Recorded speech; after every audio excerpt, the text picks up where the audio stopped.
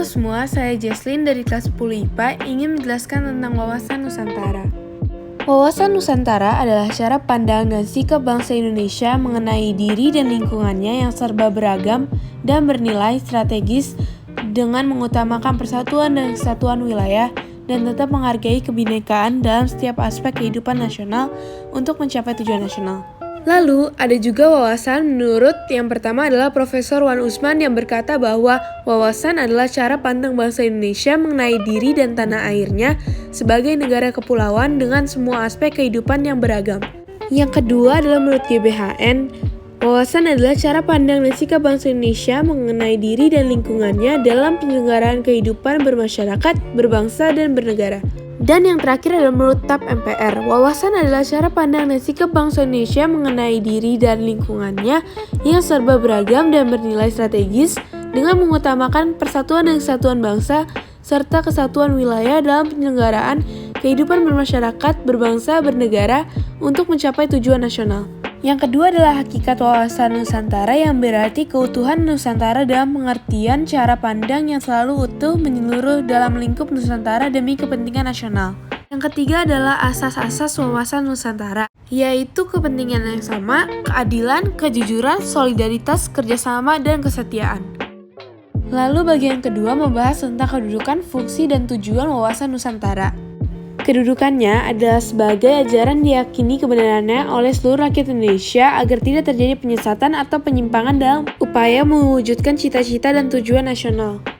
Lalu, fungsinya adalah sebagai pedoman, motivasi, dorongan, serta rambu-rambu dalam menentukan segala kebijaksanaan, keputusan, tindakan, perbuatan bagi penyelenggara negara di tingkat pusat dan daerah maupun bagi seluruh rakyat Indonesia dalam kehidupan bermasyarakat, berbangsa, dan bernegara. Lalu yang terakhir tujuannya adalah untuk mewujudkan nasionalisme yang tinggi di segala aspek kehidupan rakyat Indonesia yang lebih mengutamakan kepentingan bersama ataupun kepentingan nasional daripada kepentingan individu maupun golongan-golongan tertentu. Yang ketiga adalah aspek Trigatra dan Pancagatra dalam wawasan Nusantara. Trigatra yaitu 3 aspek yang melekat pada suatu negara merupakan aspek alami. Contohnya yang pertama adalah letak geografis. Suatu negara pasti bersifat objektif, yaitu artinya nyata di dunia. Maka karena itu pasti memiliki letak geografis. Letak geografis adalah letak yang berdasarkan keadaan dan posisi sesungguhnya di bumi. Yang kedua adalah kependudukan, karena suatu negara pasti memiliki penduduk, karena penduduk merupakan unsur pendiri suatu negara. Yang terakhir adalah kekayaan alam, yaitu aspek alami pemberian dari Tuhan. Kekayaan alam ini harus dapat diolah seoptimal mungkin oleh suatu negara. Lalu ada juga Pancagatra, yaitu 5 aspek yang secara bentuk dapat dilihat dari sosial negara. Yang pertama adalah ideologi. Negara memiliki pandangan tersendiri yang dinamakan ideologi. Contohnya, ideologi bangsa Indonesia adalah Pancasila. Yang kedua adalah politik. Suatu ilmu yang menyusun suatu negara.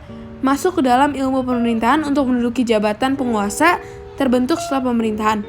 Lalu yang ketiga ada ekonomi, berkaitan dengan keuangan, dapat diperoleh dengan cara mengolah kekayaan alam dan bekerjasama dengan negara lain.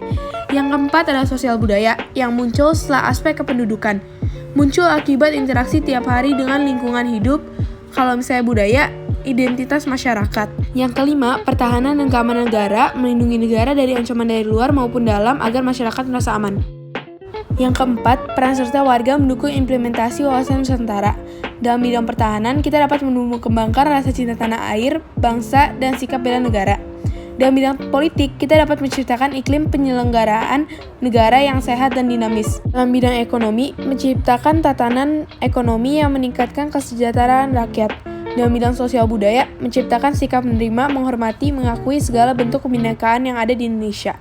Lalu juga ada peran siswa, yaitu 1. Mendukung persatuan bangsa, 2. Berkemanusiaan yang adil dan beradab, 3. Memelihara dan memperbaiki demokrasi, 4. Mewujudkan kepentingan bersama dan nasional, 5. Menciptakan kerukunan beragama.